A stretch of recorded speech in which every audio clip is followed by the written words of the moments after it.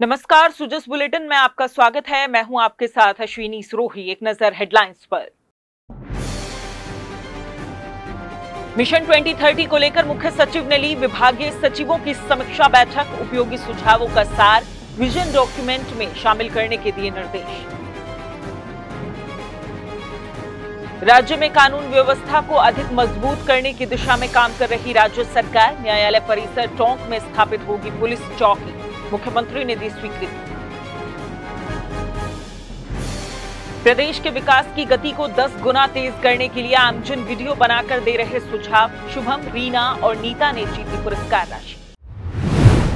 मुख्य सचिव श्रीमती उषा शर्मा ने शासन सचिवालय में मिशन 2030 से संबंधित विभागीय सचिवों की समीक्षा बैठक ली। इस अवसर पर उन्होंने कहा कि मिशन 2030 में राज्य भर से प्राप्त सभी उपयोगी सुझावों का सार विजन 2030 डॉक्यूमेंट में शामिल किया जाए। विजन 2030 डॉक्यूमेंट में उन सभी लोगों के सुझाव और विचार शामिल हों जो राजस्थान को देश का अग्रणी राज्य बनाने के लिए राज्य सरकार को दिए हैं। मुख्य सचिव ने विभिन्न विभागों द्वारा मिशन 2030 के लिए संचालित की जा रही गतिविधियों की जानकारी प्राप्त कर जरूरी दिशा निर्देश दिए।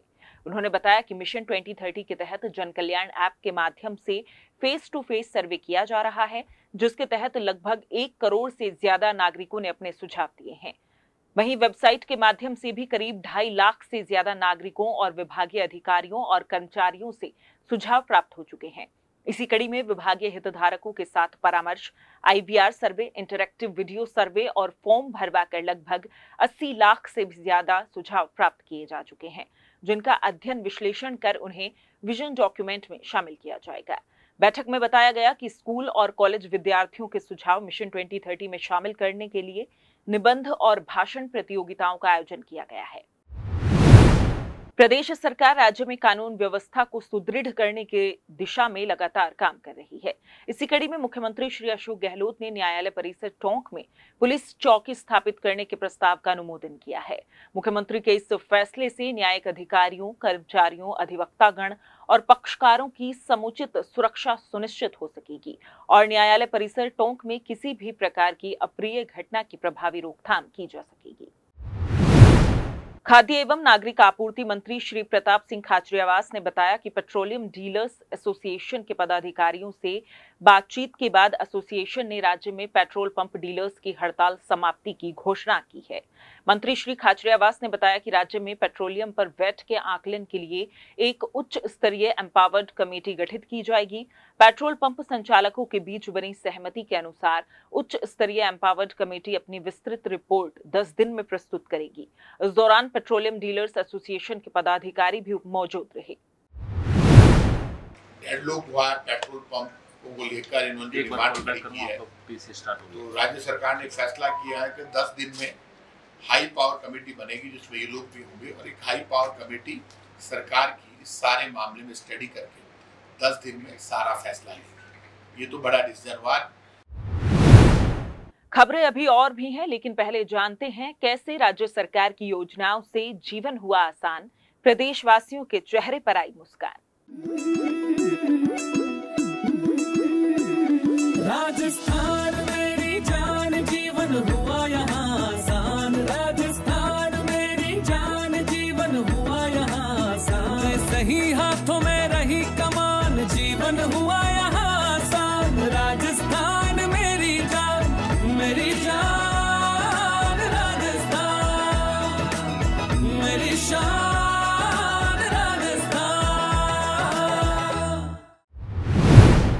राजस्थान सरकार द्वारा प्रदेश की बेटियों के लिए कई योजनाएं चलाई जा रही हैं। इन्हीं में से एक योजना है मुख्यमंत्री कन्यादान योजना। इस योजना के माध्यम से बेटियों को विवाह के लिए राज्य सरकार द्वारा आर्थिक सहायता प्रदान की जाती है।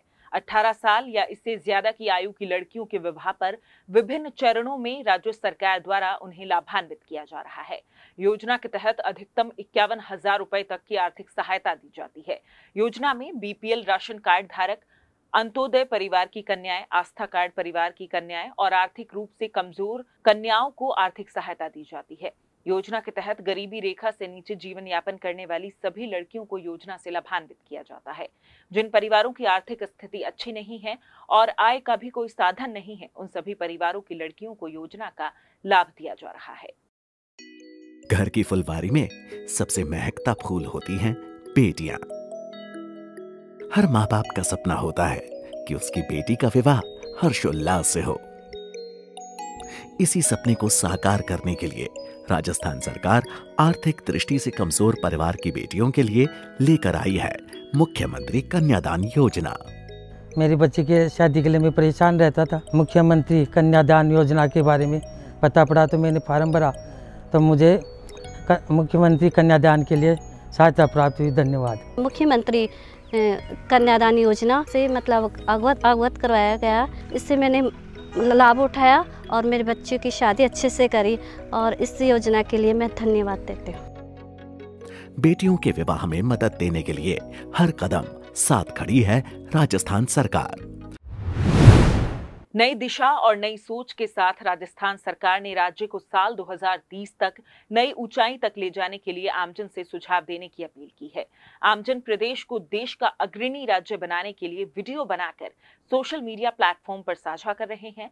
राजस्थान मिशन 2030 वीडियो कॉन्टेस्ट में भाग लेने के लिए प्रदेशवासी अपने वीडियो को 2 सोशल मीडिया हैंडल पर #राजस्थान मिशन 2030 के साथ शेयर कर सकते हैं।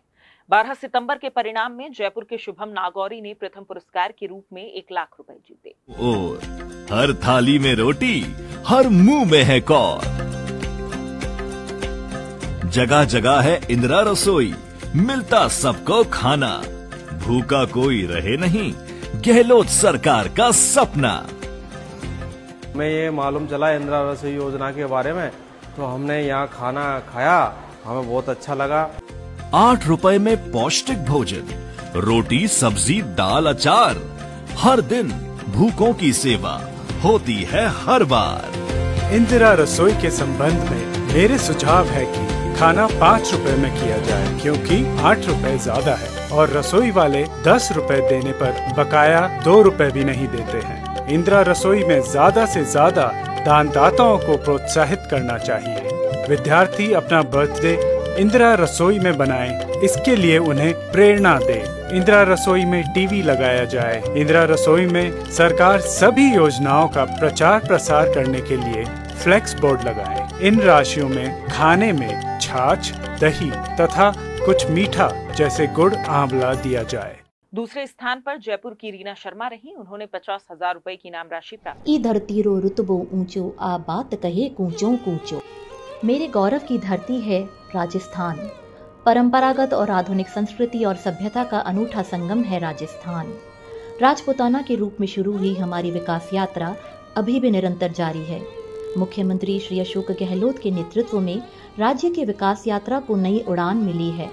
आइए ले चलती हूँ इसी विकास यात्रा की अनमोल नगीने कोटा शहर की चंबल नदी पर बने रिवर फ्रंट पर, जो पूरे देश का पहला हेरिटेज रिवर फ्रंट है और विकास यात्रा का मील का पत्थर है।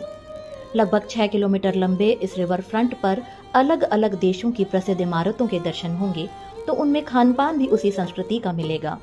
1200 करोड़ की लागत से चंबल नदी के किनारे पर बने 26 घाट अलग अलग निर्माण शैली को समेटे हुए हैं। इसी प्रकार डूंगरपुर के नीता सोमपुरा ने 25,000 रुपए की इनाम राशि जीतकर तीसरा स्थान प्राप्त किया। और खंभों से बिजली हमारे घर तक पहुंचती है। ये बिजली के खुले तार कई बार बिजली संकट और हादसों का कारण बनते हैं। भीड़ भाड़ वाले शहरी क्षेत्रों में सकड़ी गलियों में चारों तरफ बिजली के तार ही दिखाई देते हैं, जो शहरी सुंदरता को भी खराब करते हैं। मेरा राजस्थान मिशन 2030 को लेकर राजस्थान सरकार से सुझाव है कि वर्ष 2030 तक प्रदेश के सभी शहरों में ओवरहेड केबल को भूमिगत करने की आवश्यकता है। भूमिगत केबल से बिजली के तारों के जंजालों से मुक्ति मिलेगी तथा हम सभी एक सुरक्षित और स्वच्छ बिजली सप्लाई का आनंद उठा सकते हैं। यह राजस्थान के विकास में महत्वपूर्ण भूमिका निभा सकता है। भूमिगत केबल के उपयोग से कई लाभ हैं, जैसे पहला, तेज हवा व तूफान से बिजली की केबल को नुकसान नहीं होगा। दूसरा, दुर्घटनाओं में कमी आएगी। तीसरा, भीड़ भाड़ वाले शहरी क्षेत्रों व सकड़ी गलियों में। सुजस बुलेटिन में फिलहाल इतना ही, फिर होगी आपसे मुलाकात। तब तक के लिए नमस्कार।